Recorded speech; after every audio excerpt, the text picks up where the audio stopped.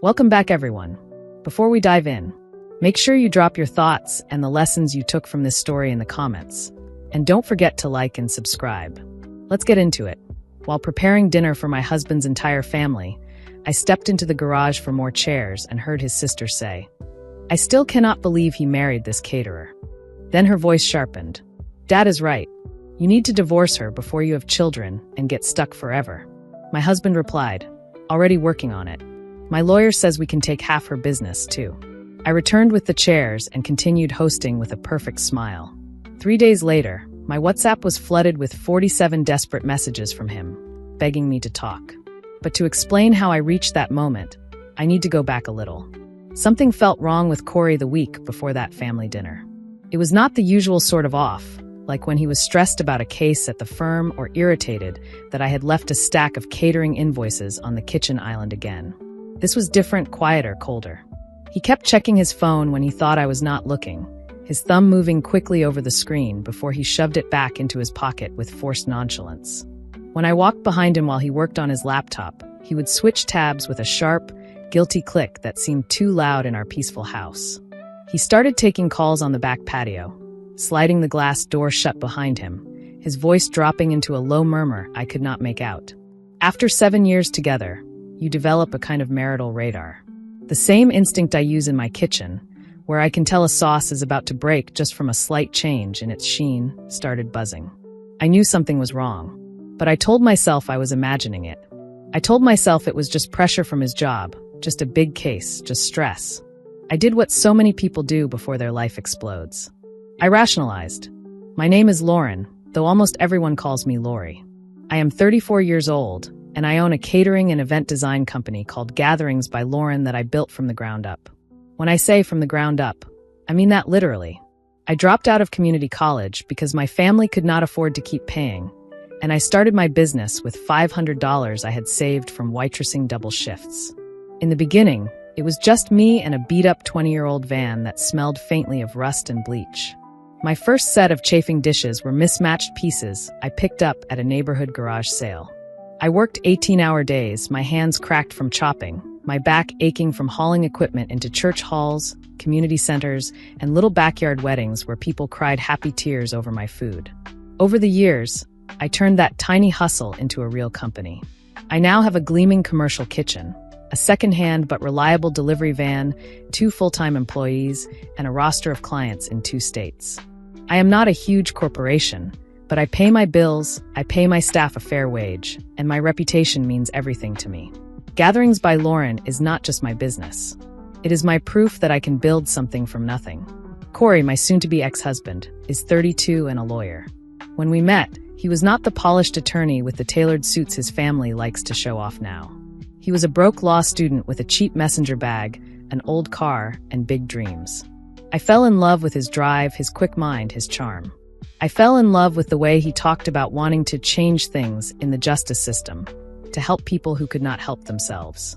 I also fell in love with the boy inside the man, the one who had grown up trying to impress a demanding father and never quite feeling good enough.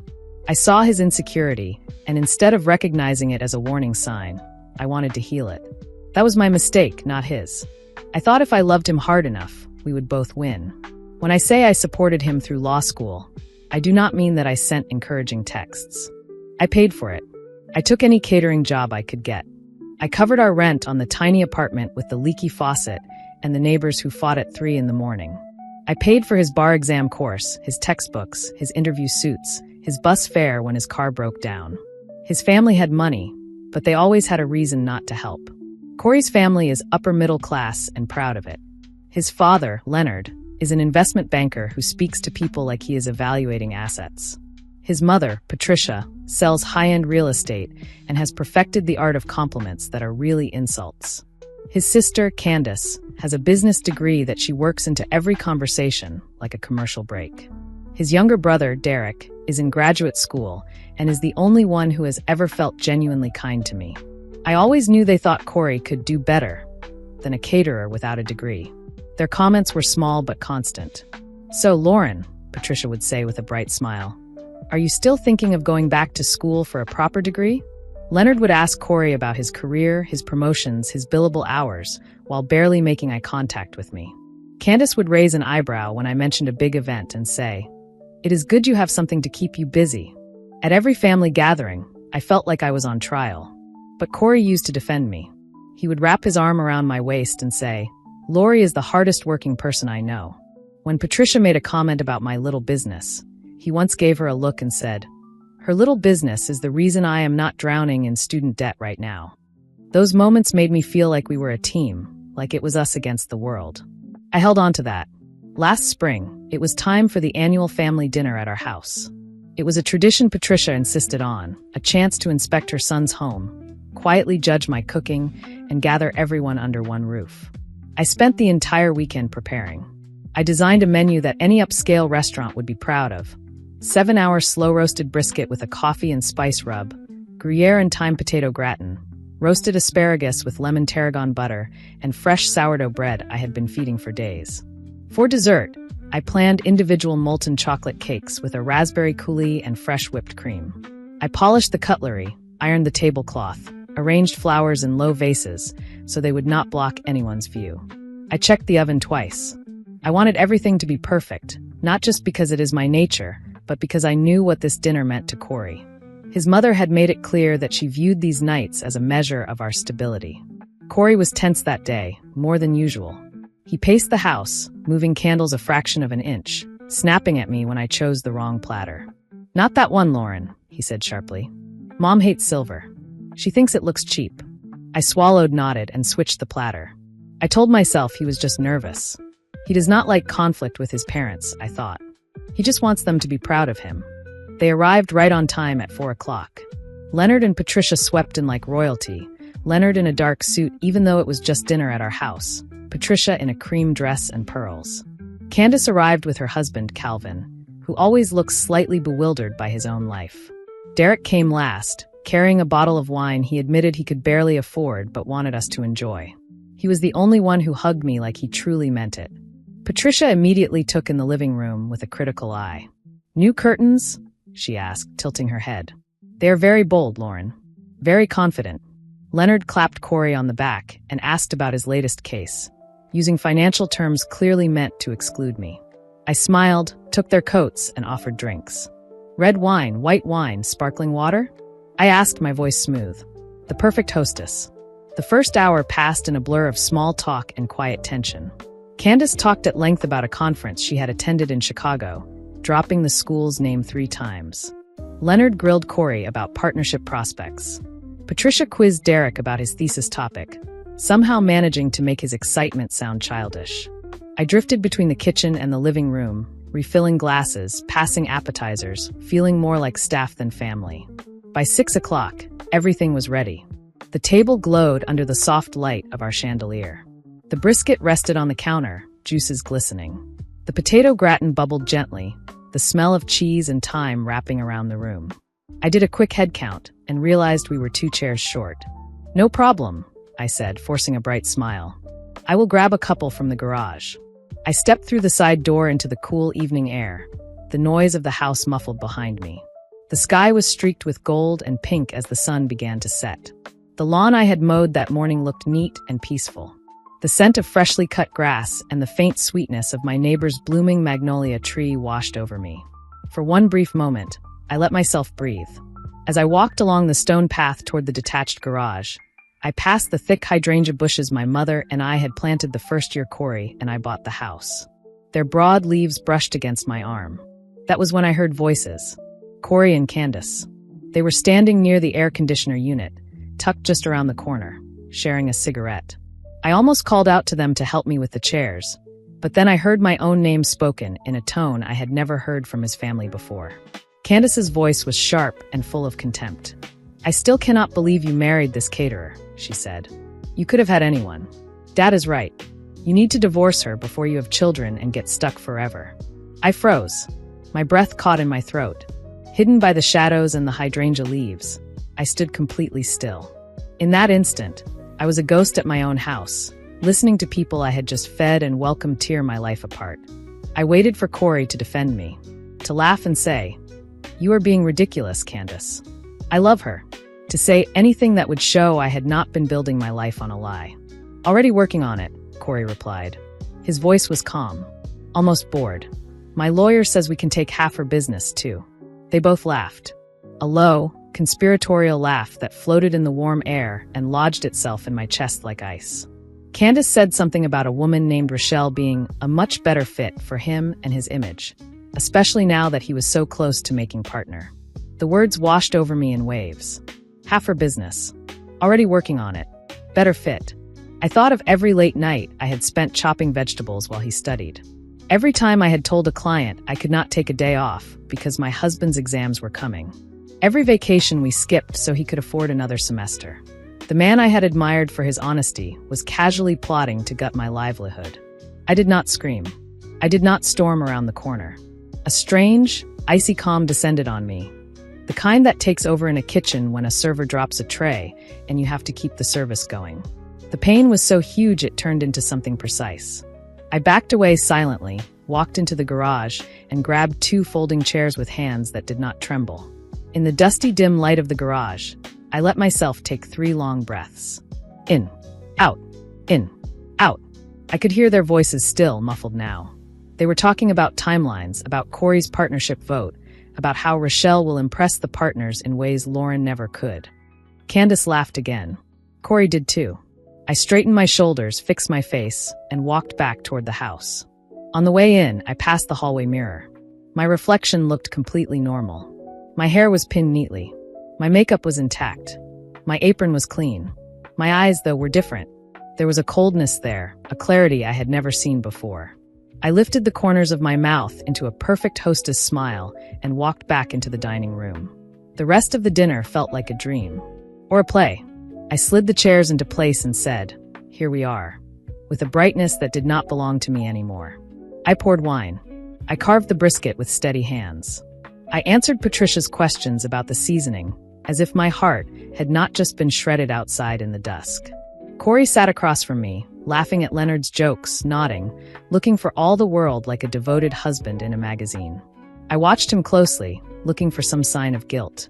Had he always looked at me with that trace of impatience? Had there always been that faint curl at the corner of his mouth when I talked about my business? Or was I seeing it only now because the blindfold had finally been ripped away? When Patricia took a bite of her brisket and said, "This is excellent, Lauren. What is your secret?" I almost laughed.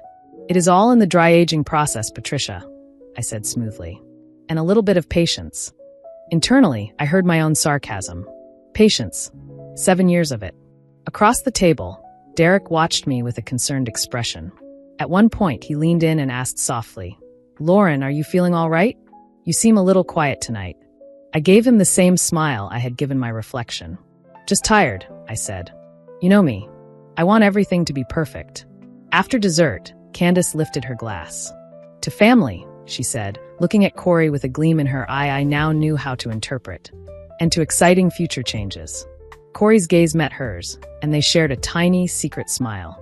I raised my glass with them and took a sip of red wine, tasting almost nothing. I wondered if anyone could see the way my hand tightened around the stem.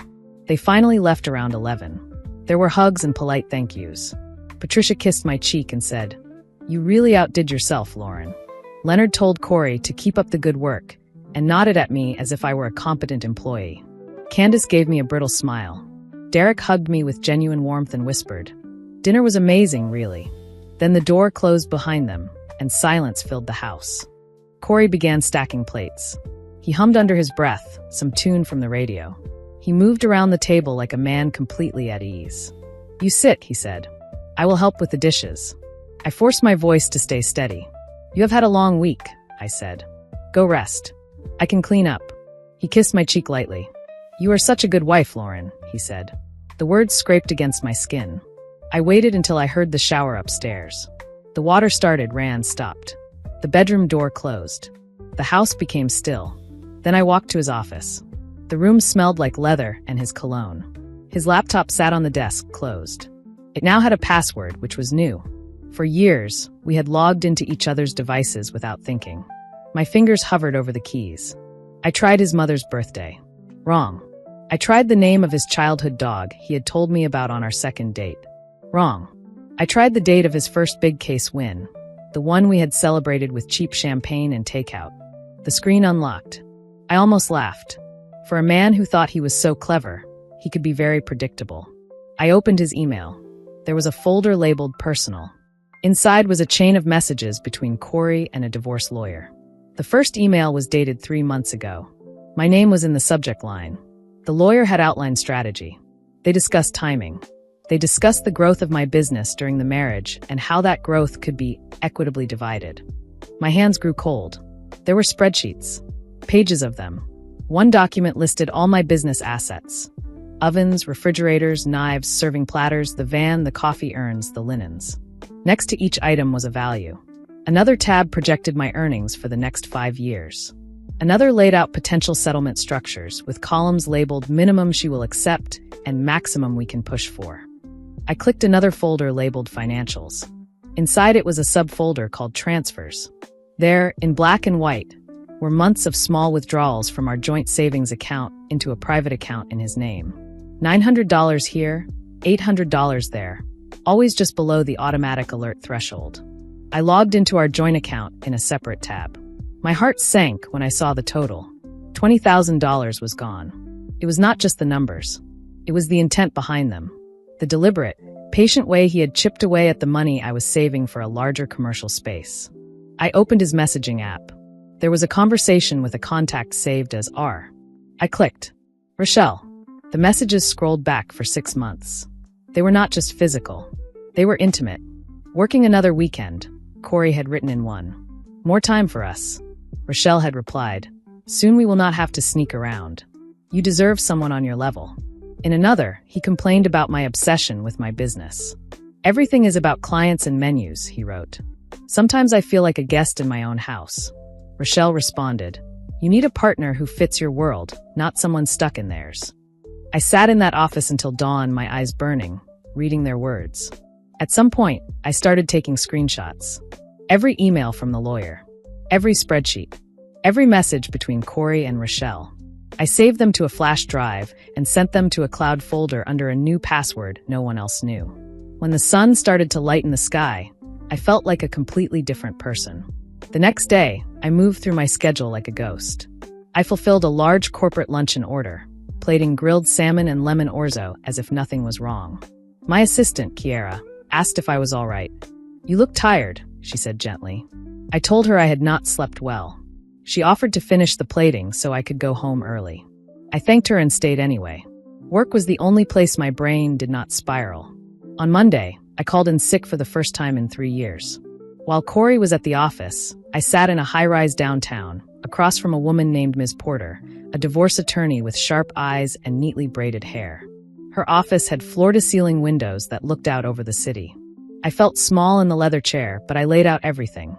I told her about the dinner, the conversation I overheard, the divorce emails, the secret account, the messages with Rochelle. Ms. Porter listened without interrupting, taking occasional notes.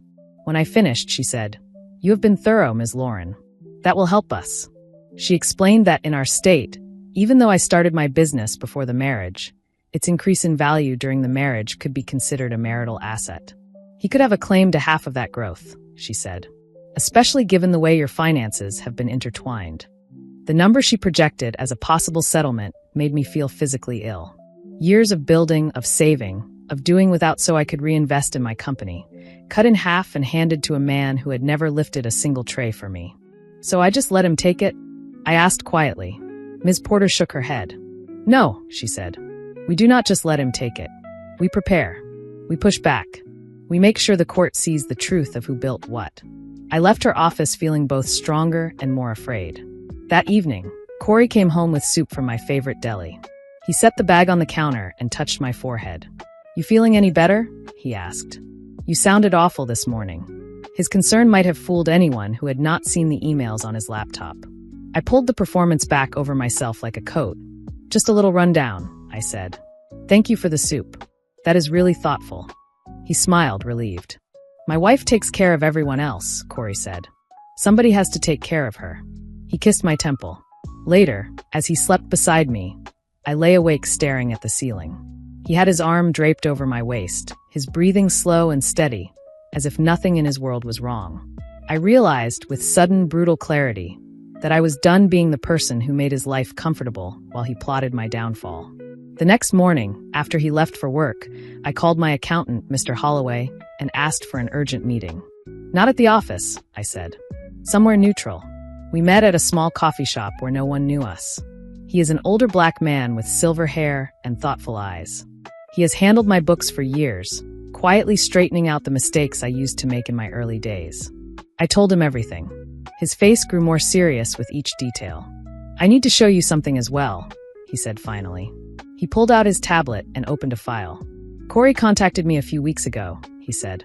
"He said he wanted to better understand your valuation before you met with any potential investors. He asked some questions that did not sit right with me at the time, but I could not put my finger on why." Mr. Holloway showed me a series of notes he had made after that call. Corey had asked about ownership structures, about what documentation proved that the business was solely mine, about what could happen if a spouse needed to be protected. Mr. Holloway had given him general information, but something about the call had unsettled him enough that he made a record. Now, with my story, it clicked into place. We spent 3 hours going through my books. Mr. Holloway pointed out a few transactions that, taken out of context, could be made to look suspicious. Payments moved between accounts late at night. Deposits made from my personal account instead of the business account when a client paid me in cash, a loan I had repaid early. "None of this is wrong," he said. "But someone could try to twist it into looking like mismanagement." Together, we created a clear, meticulous paper trail. We printed statements. We wrote explanations. We separated Corey's finances from my business account completely. I authorized Mr. Holloway to prepare a formal letter stating that Corey had never contributed to, nor participated in, the operations of gatherings by Lauren. "If he claims he built this with you," Mr. Holloway said quietly, "we will have the numbers to prove otherwise." On my way home, I stopped at the bank. A nagging memory of something Candace had said over dinner returned to me. She had joked about how family makes things possible, and mentioned their parents helping Corey when the time comes. I asked to speak with our financial advisor, a woman named Melissa, who had helped me open my first business line of credit. When I explained my concerns, she pulled up our file. 2 weeks ago, your husband applied for a home equity line of credit on the house," she said, frowning. "It has not been approved yet. The property is primarily in your name because of your down payment, so the application is pending your co-signature." My skin went cold. If I had not come in that day, he might have had access to $200,000 in credit secured by my hard work. I asked her to cancel the application immediately. As Melissa processed the cancellation, she looked at me with a mixture of sympathy and respect. "You have been very smart to come in now," she said. Before leaving, I transferred half of the remaining money from our joint savings account into my personal account, the half that came directly from my income.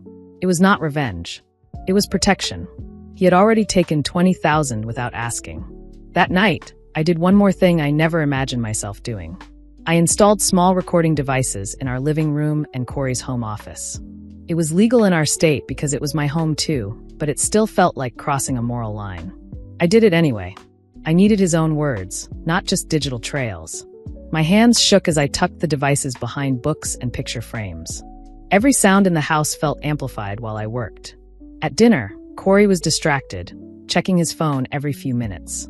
At one point, it buzzed and the screen lit up where it lay on the table. I saw the name Rochelle before he flipped it over. I picked up my glass and asked in an even tone, "Who is Rochelle?" His fork paused halfway to his mouth. "A new client," he said after a brief hesitation. "Time-sensitive matter." "It is nothing. Must be important if she is calling you during dinner," I said, lifting my fork. He smiled tightly. "You know how people can be," Corey answered. "Some clients do not respect boundaries." The hypocrisy almost made me dizzy. After we ate, he went into the office to catch up on some work. I ran water in the kitchen sink, listening. His voice drifted down the hall, low and intimate. "You cannot call me whenever you want," he said, his voice gentle. "No, she does not suspect anything. Just be patient. The promotion is a few months away. Then we can be together." He laughed softly. "Yes, I miss you too."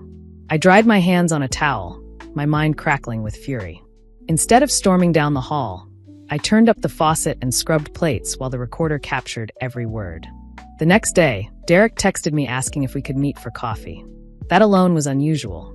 We had always been friendly, but not close enough for private conversations. We met at a quiet cafe near campus. He looked tired and anxious, his leg bouncing under the table. After some awkward small talk, he took a deep breath. "Lauren, I have to tell you something," Derek said. "I cannot keep this to myself anymore." He told me he had walked in on Corey and Rochelle together months ago at his parents' lake house during a weekend I had missed because of a last-minute emergency job. Corey had convinced him it was a mistake, a lapse in judgment after too much wine. Later, drunk at a family barbecue, Corey had confessed more. He said he was going to stay married until he made partner and then upgrade to Rochelle, using half my business as his cushion. "I told him it was cruel," Derek said, his voice thick. "I told him he was being exactly like our father." He laughed, "Lauren. He said you would be fine, that you always land on your feet." Derek looked at me, guilt in his eyes. "I should have told you sooner. I kept thinking he would come to his senses. But when I saw you at dinner the other night, and how quiet you were, I knew something was wrong." I thanked him. I did not tell him I already had proof. I asked him to keep our conversation between us. "Of course," he replied. "I am so sorry. For what it is worth, I have always admired how hard you work. You deserved more from us." On my way back to my car, my phone buzzed with a message from Ms. Porter confirming our next appointment. I felt my resolve harden. This was not just betrayal. This was a campaign, and I was going to stop it. That night, I told Corey there was a problem with my biggest corporate client. I let my voice shake a little. "They are threatening to pull out over a contract issue," I said. "If I lose them, it will wreck our projections for the year." I watched greed and concern flicker across his face. "What happened?" he asked. I said, "I need your help. I also think we should ask your parents for advice. They understand this world." He hesitated.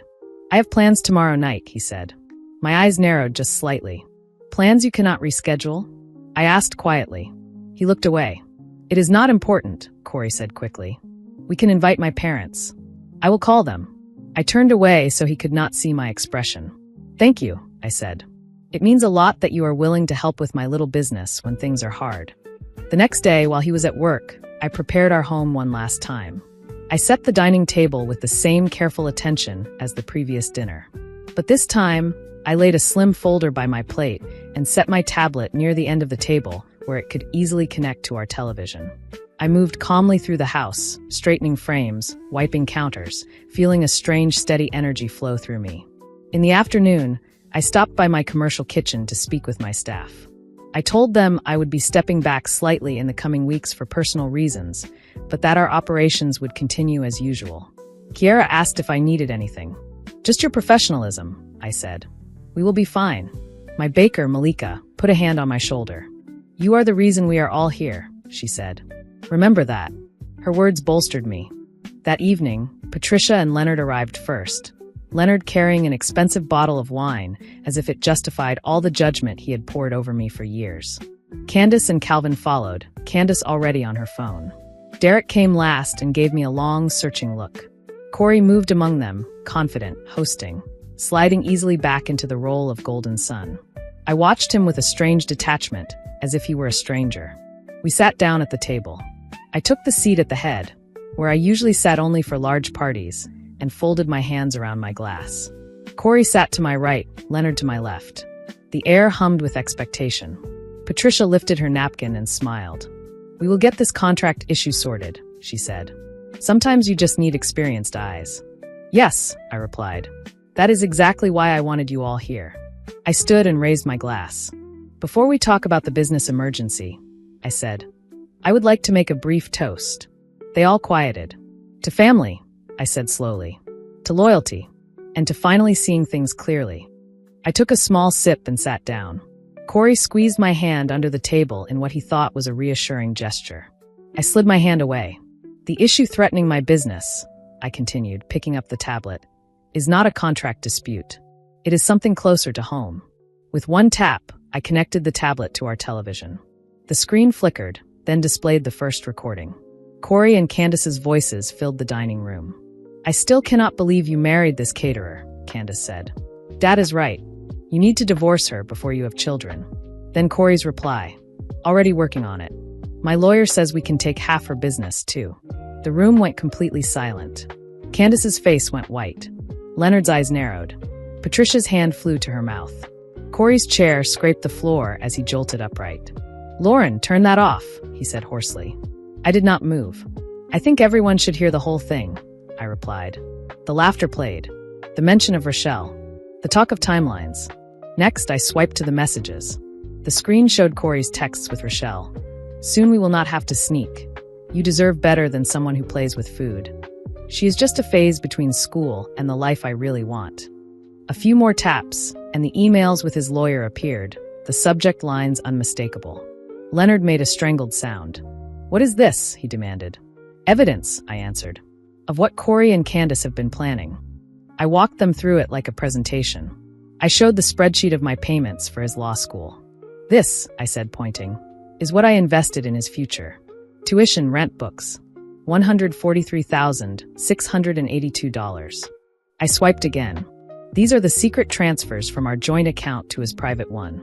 Another swipe revealed the canceled home equity line of credit application. And this is how he planned to turn my house into his emergency fund. Corey reached for my arm. "Lauren, stop," he said, his voice trembling.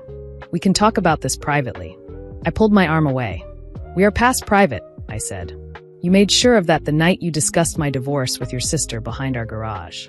Candace whispered, "This is out of context," but her voice shook. Calvin stared at her with open shock. Leonard stood, his chair tipping backward.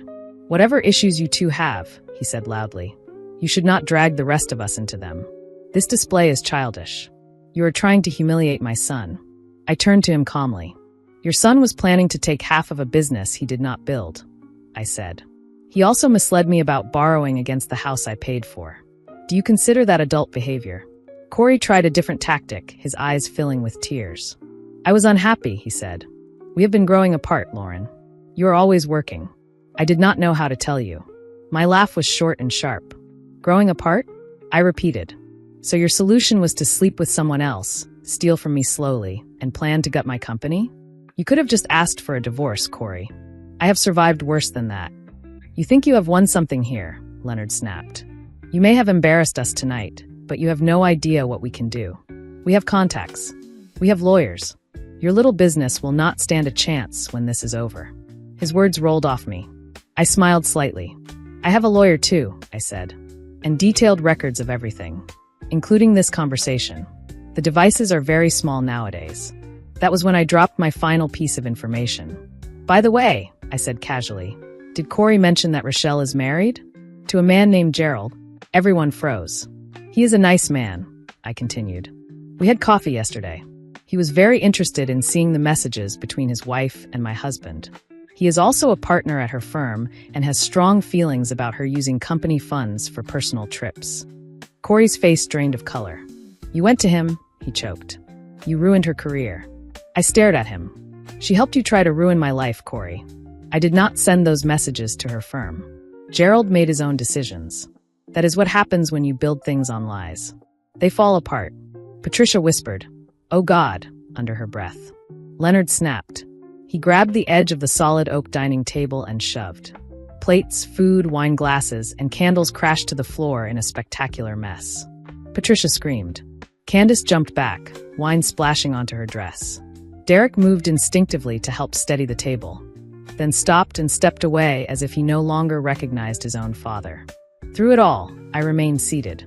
Derek caught my eye. There was something like respect in his gaze. Leonard pointed at me, his face flushed. "You are nothing," he said. "You cook for a living because you were not smart enough for a real career. My son made a mistake stooping to your level, but we will correct it. You will end up with nothing."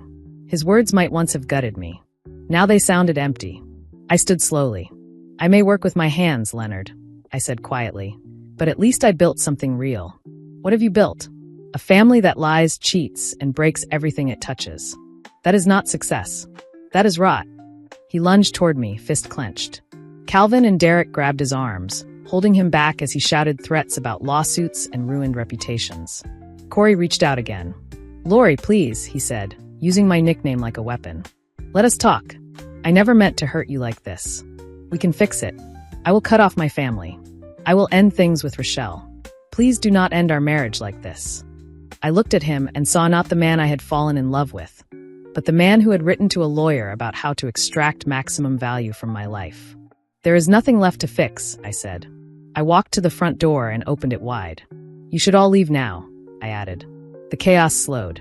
Leonard muttered curses, but allowed himself to be pulled away. Patricia avoided my eyes, clutching her designer purse like a shield. Candace glared at me with a hatred that barely hid her fear. Calvin looked lost. Derek was the last to go. He paused in the doorway.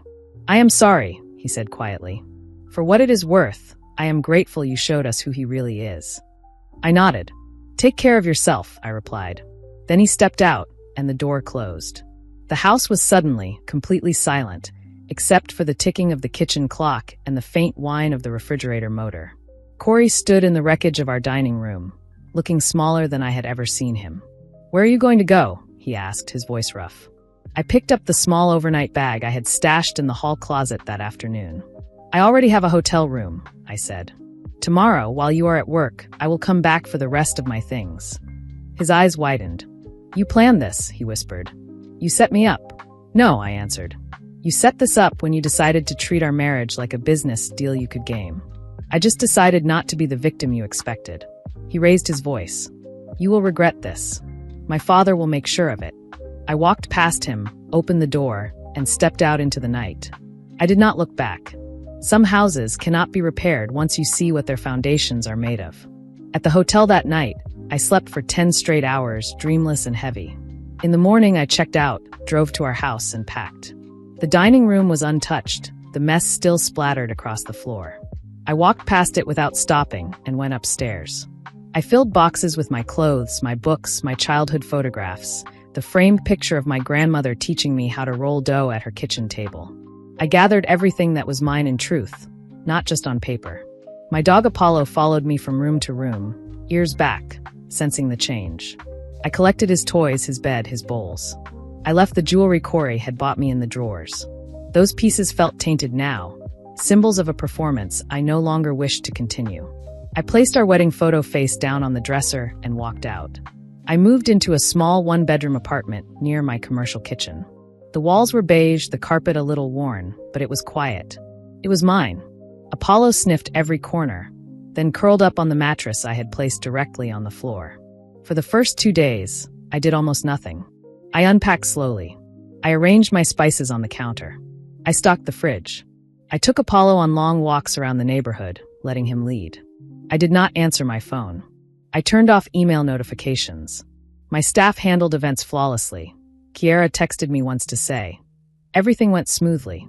Take care of yourself." I sat at my small kitchen table and stared out at the parking lot, letting the silence wash over me. I cooked simple meals for myself, grilled chicken, roasted vegetables, bowls of soup. Foods I rarely had time to make at home because I was always feeding other people. On the third morning, I finally felt ready to face the world beyond my apartment.